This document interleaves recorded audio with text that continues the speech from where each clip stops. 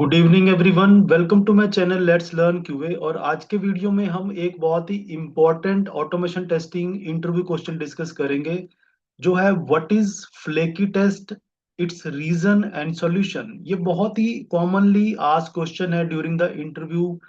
जब आप automation testing interview में अपीयर होंगे, फ्लेकी टेस्ट के ऊपर जरूर क्वेश्चन आपको पूछा जाएगा। तो फर्स्ट आपको अंडरस्टैंड करना है कि फ्लेकी टेस्ट क्या है।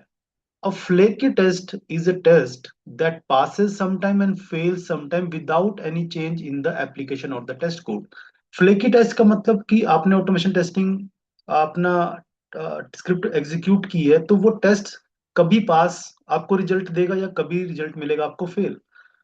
तो विदाउट एनी रीजन, वो भी कि ना तो आपने एप्लीकेशन में कोई चेंज किया, ना ही आपने टेस्ट कोड में चेंज किया, तो that test is known as flaky test. ठीक है, जिसका रिजल्ट कंसिस्टेंट नहीं है, कभी पास है कभी फेल है।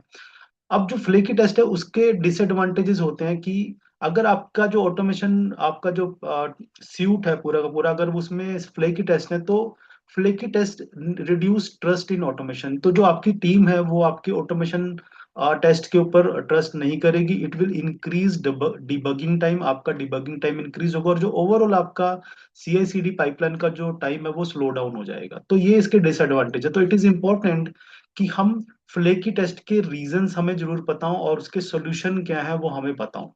तो लेटस यहाँ पे मैं अप्रोक्सीमेटली 15 to 16 डिफरेंट रीजंस हैं और उनके सॉल्यूशंस हैं, वो यहाँ पे मैं डिस्कस करूंगा, जो डेफिनेटली आपको इंटरव्यू में हेल्प करेंगे। आप इसमें से जो भी आपके प्रोजेक्ट के अकॉर्डिंग, आपके एक्सपीरियंस के अकॉर्डिंग जो आप यहाँ पे रीजंस बता सकते हैं वो बताएं, और साथ में उसके सॉल्यूशन बताएं। ठीक है।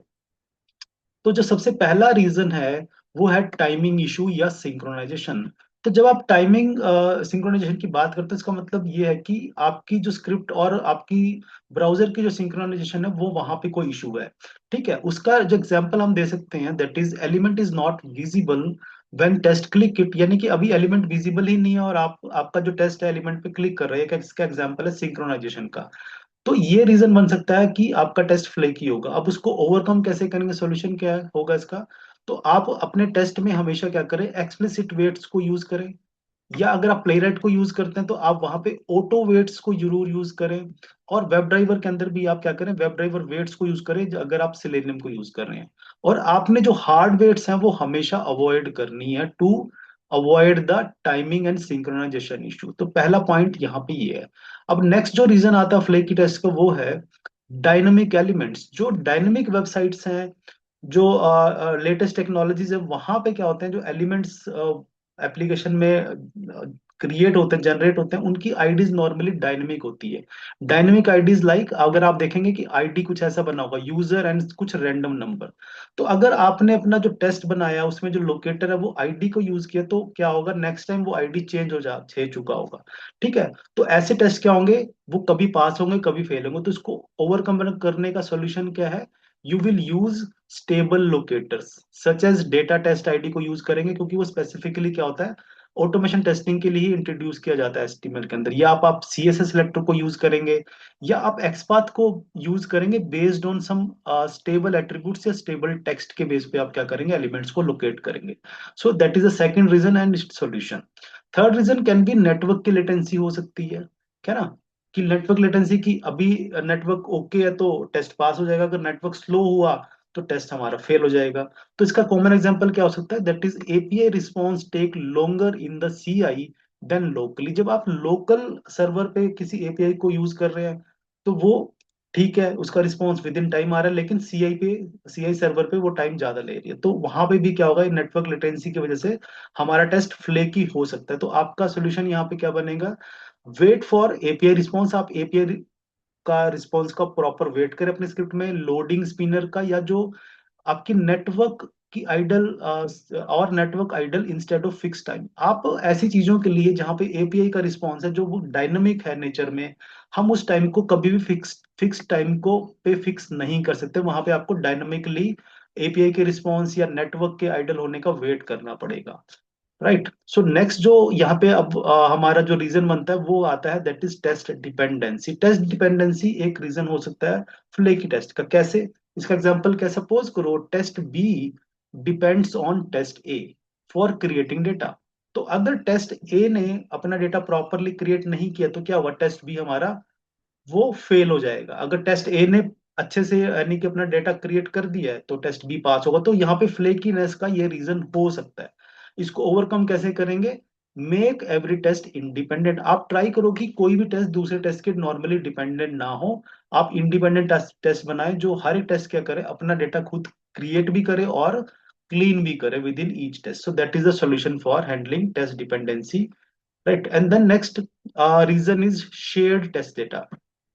अगर हमारे मल्टीपल जो पैरेलल टेस्ट हैं update the same user account, तो ये एक एग्जांपल है जहां पे शेयर टेस्ट डेटा का हमारा टेस्ट यूज कर रहे हैं। तो इसका सोल्यूशन क्या रहेगा यहाँ पे? You will create unique test data. हर एक टेस्ट के लिए आप अपना यूनिक टेस्ट डेटा क्रिएट करेंगे।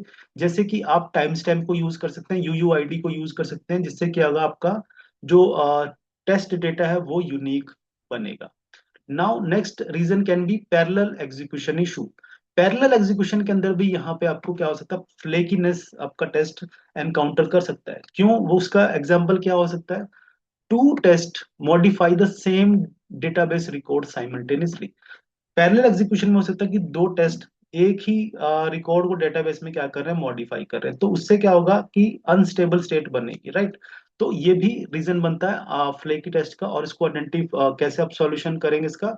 You will again isolate test data और disable parallel execution for dependent test. जो डिपेंडेंट टेस्ट हैं उनको आप क्या करें? पैरेलली रन नहीं करें। आप उनको ऐसे प्लान करें कि वो हमेशा सीक्वेंशियल रन हो, या उनका जो टेस्ट डेटा है वो आप क्या करें? आइसोलेट करें प्रॉपर। हर टेस्ट का अपना खुद का डेटा होगा, right. Now next reason is environment instability. अगर सपोज करो, इसका एग्जांपल क्या हो सकता है कि आप क्यूए सर्वर पे क्या कर रहे हो? अपनी स्क्रिप्ट्स रन कर रहे हो और जो क्यूए सर्वर है वो रीस्टार्ट हो रहा है बार बार, ठीक है ना। तो क्या होगा? जब तो सर्वर प्रॉपर वर्क कर रहा होगा तो टेस्ट आपका पास होगा। अगर आपका क्यूए सर्वर ही रीस्टार्ट हो रहा है ड्यूरिंग द टाइम जब आप अपने टेस्ट एग्जीक्यूशन को टेस्ट केसेस को एग्जीक्यूट कर रहे हो, तो ऑब्वियस है वो फेल ही होंगे।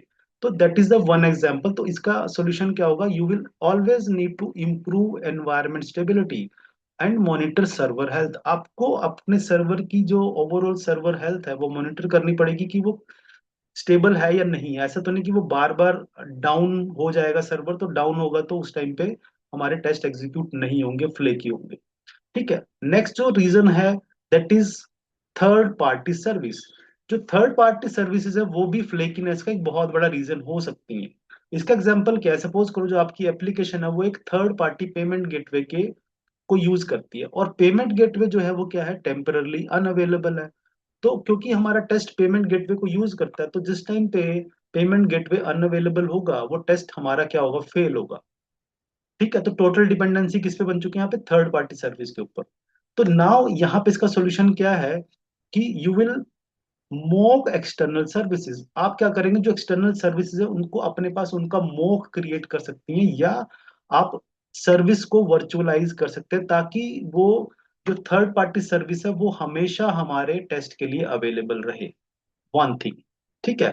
Next reason for the flakiness can be incorrect locators. अगर आपने स्क्रिप्ट के अंदर जो लोकेटर्स बनाए हैं, क्रिएट किए हैं, वो इनकरेक्ट होंगे तो वहां पे भी क्या होगा? आपकी स्क्रिप्ट क्या है? फ्लेकी होगी। उसका एग्जांपल क्या हो सकता है कि आपने जो लोकेटर बनाया है, लोकेटर मैचेस मल्टीपल एलिमेंट्स। हमारा जो लोकेटर है वो करेक्ट तो है, मतलब लेकिन वो मल्टीपल एलिमेंट्स को पॉइंट कर रहा है। तो वहां पे क्या होगा? टेस्ट फ्लेकीनेस हो सकता है कि वो कौन से एलिमेंट पे क्लिक करेगा वहां पे स्क्रिप्ट के अंदर आइडेंटिफाई प्रॉपरली नहीं हो पाएगा।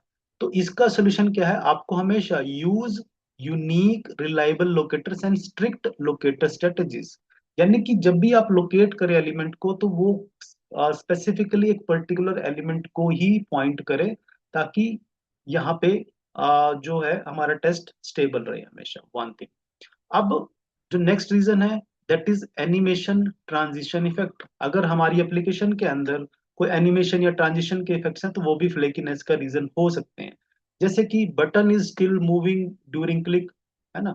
आप बटन पे जिस पे क्लिक कराना चाहते हो वो अभी भी वो मूव कर रहा है, किस कोई एनिमेशन इफेक्ट लगा हुआ है, तो यहाँ पे भी क्या होगा? आपका टेस्ट कभी चलेगा कभी नहीं चलेगा। तो इसके लिए again you will have to wait. What is the solution? wait until the element becomes stable or disable animation in the test environment। ठीक है, तो आपको प्रॉपर वेट करनी पड़ेगी जब तक वो एलिमेंट स्टेबल हो, या जो एनिमेशन है वो तब तक हमारी डिसेबल ना हो चुकी हो। That is the next solution for that. Next reason क्या है? पॉपअप या नोटिफिकेशन। समटाइम क्या होता है कि आपकी एप्लीकेशन में कुकीज के बैनर आते हैं जो बटन्स को ब्लॉक कर देते हैं, तो दैट इज वन एग्जांपल जो क्या है, फ्लेकीनेस का रीजन हो सकते हैं। तो इसको आपको कैसे हैंडल करेंगे? Always handle popups before interacting with the page element. अगर आपको लगता है कि आपके पेज में कोई कुकी से रिलेटेड कोई बैनर्स या पॉपअप्स आएंगे, तो आप उनको पहले हैंडल करें, फिर पेज के एलिमेंट्स को क्या करें, आप इंटरेक्ट करें। ठीक है। नेक्स्ट रीजन क्या हो सकता है? That is the database state. Database state भी क्या है, फ्लेकीनेस का एक रीजन हो सकती है। सपोज करो previous test leaves unwanted record. जो टेस्ट अभी प्रीवियसली रन किए हैं हमारे टेस्ट सूट के अंदर, वो क्या कर रहे हैं एक्चुअली में, वो कुछ अनवांटेड डेटा को वहां पे अभी लीव करते हैं, वहां पे अभी भी रहते हैं उनकी वजह से। तो हमारे जो अगले टेस्ट हैं वो क्या करते हैं, वो हमारे नेक्स्ट टेस्ट को क्या करते हैं, इंटरप्ट करेंगे। तो उसका सोल्यूशन क्या होगा?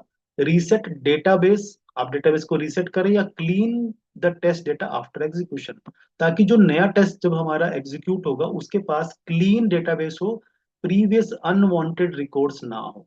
Correct, that is the another reason and solution. Now reason is random test data, कि कुछ ऐसे रैंडम वैल्यू हैं, random values already exist in the database.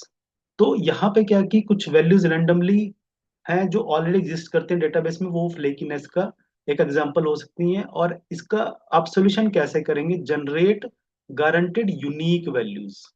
आप इंश्योर करें कि वो रिडंडेंट ना हो, ऐसे रैंडमली जनरेटेड वैल्यू ना हो कि जो ऑलरेडी हमारे डेटाबेस में पड़ी हुई है, तो वो क्या करेंगी, डुप्लीकेसी क्रिएट करेंगी। तो आपको इंश्योर करना है कि जब भी आप वैल्यू जनरेट करेंगे वो यूनिक वैल्यू जनरेट करेंगे। और आप हमेशा इंश्योर करो वैलिडेट बिफोर यूज। ऐसी जो रैंडम वैल्यूज हैं उनको यूज करने से पहले आप हमेशा उनको वैलिडेट करो। अगर वो वैलिडेट होंगी तभी उनको यूज किया जाएगा, तो इससे क्या होगा, हमारा टेस्ट स्टेबल रहेगा। Next reason for the flakiness can be file download upload timing. जहां पे भी आपके सिनेरियो में स्क्रिप्ट के अंदर अगर कहीं पे डाउनलोड या अपलोड का सिनेरियो है, तो वो भी फ्लेकीनेस को लाइक इनवाइट कर सकता है।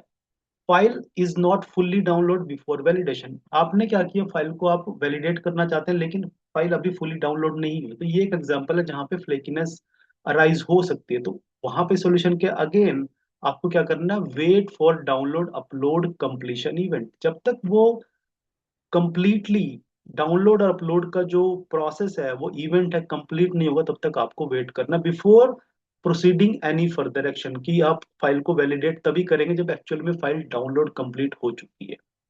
That is another reason. And second last reason is resource constraint. ये भी एक रीजन है।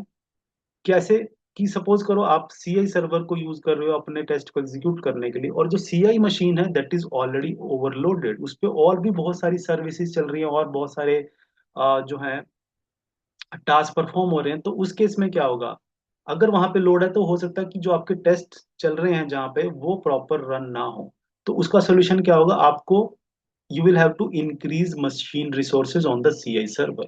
ठीक है, सीआई सर्वर पे जो मशीन आपको यूज कर रहे हैं आपके टेस्ट एग्जीक्यूशन के लिए, उस मशीन की जो ओवरऑल आपको क्या करना है, रिसोर्सेज इंक्रीज करने पड़ेंगे। एंड लास्ट रीजन जो मे बी सेलेनियम से कनेक्टेड है, that is stale element reference exception. Stale element reference exception भी क्या है, ये भी रैंडमली जनरेट होती है। कभी डॉम रिफ्रेश हुई या नहीं हुई, तो उस केस में क्या होता है कि हमें वो स्क्रिप्ट हमारी उस पर्टिकुलर एलिमेंट को प्रॉपर लोकेट नहीं कर पाती है। तो इसको ओवरकम करने का जो कॉमन सॉल्यूशन है वो क्या है, आपको रीलोकेट करना है एलिमेंट को। You have to relocate the element after page update, ताकि आपको फ्रेश रेफरेंस मिले एलिमेंट का, और हमेशा आप एलिमेंट्स को इंश्योर कर सको कि वो प्रॉपरली अवेलेबल है, और हमारा element stale element reference exception से हमारा टेस्ट प्रिवेंट करेगा। So that are the different 16 reasons जो यहाँ पे मैंने डिस्कस किए हैं। आप अपने एक्सपीरियंस के अकॉर्डिंग, अपने एक्सपोजर के अकॉर्डिंग, जो भी आप यहाँ से अ, जो रीजंस हैं वो इंटरव्यू में बता सकते हैं, वो बताएं। और आई होप ये क्वेश्चन आपको डेफिनेटली आपके अपकमिंग इंटरव्यू में हेल्प करेगा। राइट। सो कोई भी क्वेश्चन है, कोई डाउट है, तो प्लीज आप कमेंट करें, मैं उनके कमेंट्स के रिप्लाई जरूर यहाँ पे रिप्लाई करूंगा। और thank you very much and see you in the next video.